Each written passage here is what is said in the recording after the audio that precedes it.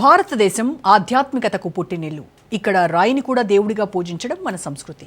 భక్తితో కొందరు, కృతజ్ఞతతో మరికొందరు తమకు నచ్చిన నాయకులకో నటులకో గుడులు కట్టడం మనం చూసాం. కానీ ఇప్పుడు మనం చెప్పుకోబోయేది వీటన్నింటికీ భిన్నం. అసలు ఈ భూమి మీద ఉన్నామో లేదో తెలియదు, వారు ఎలా ఉంటారో ఎవరికీ క్లారిటీ లేదు. కానీ వారి కోసం ఏకంగా ఒక ఆలయాన్ని నిర్మించేశాడు ఒక వ్యక్తి. వినడానికి ఇది కాస్త వింతగా ఉన్నా ఇదే నిజం. గ్రహాంతరవాసుల కోసం, అంటే ఏలియన్స్ కోసం మన దేశంలోనే ఒక వింత గుడి వెలిసింది. ఇంతకీ ఆ ఆలయం ఎక్కడ ఉంది? మన పురాణాలకు ఏలియన్స్కు ఉన్న లింక్ ఏంటి? ప్రకృతి వైపరీత్యాలను ఆపే శక్తి గ్రహాంతరవాసులకు ఉందా? ఈ వింత ఆలయం వెనక ఉన్న అసలు రహస్యం ఏంటి? ప్రపంచంలో మొదటి ఏలియన్ల గుడి. నేలమాలిగలో ఏలియన్స్కు ఆలయం. గ్రహాంతర దేవతలకు నిత్య పూజలు. మన భారతదేశంలో భక్తికి, విశ్వాసానికి కొదవలేదు. పారే నదిని గంగమ్మగా, పచ్చని చెట్టును వనదేవతగా, పుట్టను నాగమ్మగా కొల్చే సంస్కృతి మనది. ముక్కోటి దేవతల కోసం ఊరూరా గుడులు, గోపురాలు ఉండడం మనం చూస్తూనే ఉంటాం. ప్రస్తుతం ఉన్న వాటికంటే పెద్ద పెద్ద ఆలయాలు కడుతూనే ఉన్నారు. కొందరు తమకు జన్మనిచ్చిన తల్లిదండ్రులను దైవంగా భావించి వారికి ఆలయాలు కడితే, మరికొందరు తాము ఆరాధించే రాజకీయ నాయకులకు, సినీ నటులకు కూడా గుడులు కట్టి పూజలు చేయడం చూసాం. భక్తి అనేది ఒక నమ్మకం. భావం ఉన్న చోటనే భాగ్యం ఉంటుంది అన్నట్లుగా ఎవరి నమ్మకం వారిది. ఇప్పుడు మనం చెప్పుకోబోయే విషయం వీటన్నిటికీ భిన్నమైనది, అత్యంత వింతైనది. అది మనుషుల గురించి కాదు, మనకు తెలిసిన దేవతల గురించి అసలే కాదు. అది అంతరిక్షంలో ఎక్కడో ఉంటారని భావించే గ్రహాంతరవాసుల గురించి. మీరు విన్నది నిజమే. తమిళనాడులో ఒక వ్యక్తి ఏకంగా ఏలియన్స్ కోసం ఒక గుడిని నిర్మిస్తున్నాడు.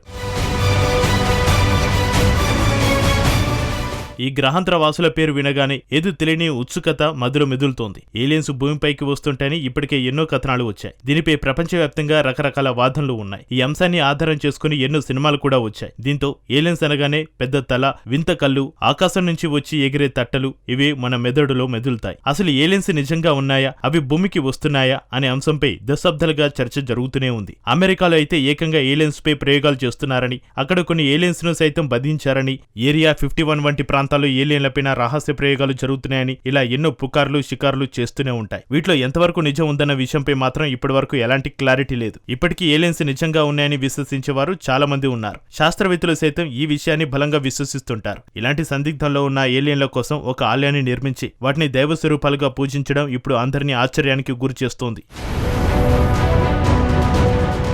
ఈ వింత సంఘటన తమిళనాడు రాష్ట్రంలోని సేలం జిల్లాలో వెలుగు చూసింది. అక్కడ మల్లము పంబట్టి అనే గ్రామానికి చెందిన లోకనాథన్ అనే వ్యక్తి ఈ సాహసానికి పూనుకున్నాడు. లోకనాథన్ కేవలం ఒక సామాన్యుడు కాదు, అతను ఒక సిద్ధాంతిక, ఆధ్యాత్మికవేత్తగా తనను తాను చెప్పుకుంటాడు. అతను ఏలియన్స్ కోసం ఒక ప్రత్యేకమైన ఆలయాన్ని నిర్మిస్తున్నాడు. విషయం ఏమిటంటే, ఈ ఆలయాన్ని భూమిపై కాకుండా దాదాపు 11 అడుగుల లోతులో భూగర్భంలో నిర్మించాడు. ఈ గుడిలో కేవలం ఏలియన్స్ మాత్రమే కాదు, సకల చరాచర సృష్టికి మూలకారకులైన శివపార్వతుల విగ్రహాలు కూడా ఉన్నాయి. వాటి పక్కనే అగస్త్య మహర్షి విగ్రహాన్ని కూడా ప్రతిష్ఠించాడు. లోకనాథన్ మాటలో చెప్పాలంటే, శివుడు ఈ సృష్టిని చేసిన తర్వాత మొట్టమొదటిగా పుట్టిన జీవులే ఈ గ్రహాంతరవాసులు. అగస్త్య మహర్షి రాసిన ప్రాచీన గ్రంథాల్లో ఈ ఏలియన్ల ప్రస్తావన ఉందని, వారు అపారమైన శక్తులు కలిగిన వారని అతను నమ్ముతున్నాడు. రోజు శివ పార్వతులతో పాటు ఈ ఏలియన్ విగ్రహాలకు కూడా పద్ధతి ప్రకారం పూజలు నిర్వహిస్తున్నాడు. అసలు ఏలియన్ల కోసం గుడి కట్టాలనే ఆలోచన ఎందుకు వచ్చిందని ఎవరైనా అడిగితే, లోకనాథన్ దగ్గర ఒక ఆసక్తికరమైన సమాధానం ఉంది. ప్రస్తుత కాలంలో ప్రపంచమంతా ప్రకృతి వైపరీత్యాలతోటి అల్లాడిపోతుంది. ఎక్కడ చూసినా భారీ వర్షాలు, భయంకరమైన ఎండలు, సునామీలు, భూకంపాలు, అడవి మంటలు మనుషుల ప్రాణాలను తీస్తున్నాయి. ఎండలు, వానలు, చలి, కొండ చెరువులు విరిగిపడ్డం, సునామీ, భూకంపాలు, వరదలు, కరువు, ఇలా ఏదో ఒక విలయ తాండవం జరుగుతూనే ఉంది. ముందు వెనక చూసుకోకుండా చెట్లు నరికితే గాలికి పోయే పేలపిండి కృష్ణార్పణం అన్నట్లుగా ప్రకృతిని మనం నాశనం చేస్తున్నాం. ప్రతిగా అది మనపై పగబడుతుంది. ఈ విలయ తాండవం నుంచి భూమిని కాపాడగలిగే శక్తి కేవలం ఆ గ్రహాంతరవాసులకి మాత్రమే ఉందని లోకనాథన్ ప్రగాఢంగా విశ్వసిస్తున్నాడు. అందుకే తాను ఏలియన్స్ కోసం ఆలయాన్ని నిర్మించాలని నిర్ణయించుకున్నట్లుగా వెల్లడించాడు. లోకనాథన్ ఒక అడుగు ముందుకు వేసి తాను ఏలియన్లతోటి నేరుగా మాట్లాడానని, వారి అనుమతి తీసుకున్న తర్వాతే ఈ ఆలయ నిర్మాణం మొదలు పెట్టానని చెబుతున్నాడు. తాను గ్రహాంతరవాసులతోటి మాట్లాడానని, ఈ దేవాలయాన్ని నిర్మించేందుకు వారి అనుమతి కూడా తీసుకున్నానని చెబుతున్నాడు. గ్రహాంతరవాసులు సినిమాలో చూపించినట్లుగా కనిపించారు. సినిమాలో చూపించినట్లుగా గ్రహాంతరవాసులకు కొమ్ములు ఉండవు. వారు మనుషుల్లాగే సాధారణంగా కనిపిస్తారు. వారు మగ, ఆడు రూపంలో ఉండే మనుషుల్లా ఉంటారు అని అతను చెప్పాడు. ఇక ఈ ఏలియన్స్ ఆలయం 2021 నుంచి నిర్మాణం కొనసాగుతున్నట్లుగా లోకనాథన్ వివరించాడు. తన వద్ద ఆలయాన్ని పూర్తి చేయడానికి సరిపడా సొమ్ము లేదని, అందుకే ఈ నిర్మాణం నత్తనాడకన కొనసాగుతున్నట్లుగా చెప్పాడు. చేతిలో పైసలేకపోయినా గాల్లో మేడలు కట్టినట్లు కొందరు విమర్శిస్తున్నా అతను మాత్రం వెనక్కి వెనక్కి తగ్గడం లేదు. దాతలు ఎవరైనా ముందుకు వచ్చి సహాయం చేస్తే త్వరలోనే ఈ అద్భుత ఆలయాన్ని పూర్తి చేస్తారని కోరుతున్నాడు. ప్రపంచంలో శివుడు సృష్టించిన మొదటి దేవుడు ఏలియన్. అపరిమిత శక్తిని కలిగి ఉన్నందున ప్రపంచాన్ని విపత్తు నుంచి రక్షించగల ఏకైక దేవుడు ఏలియన్ అని చెప్పుకొచ్చాడు.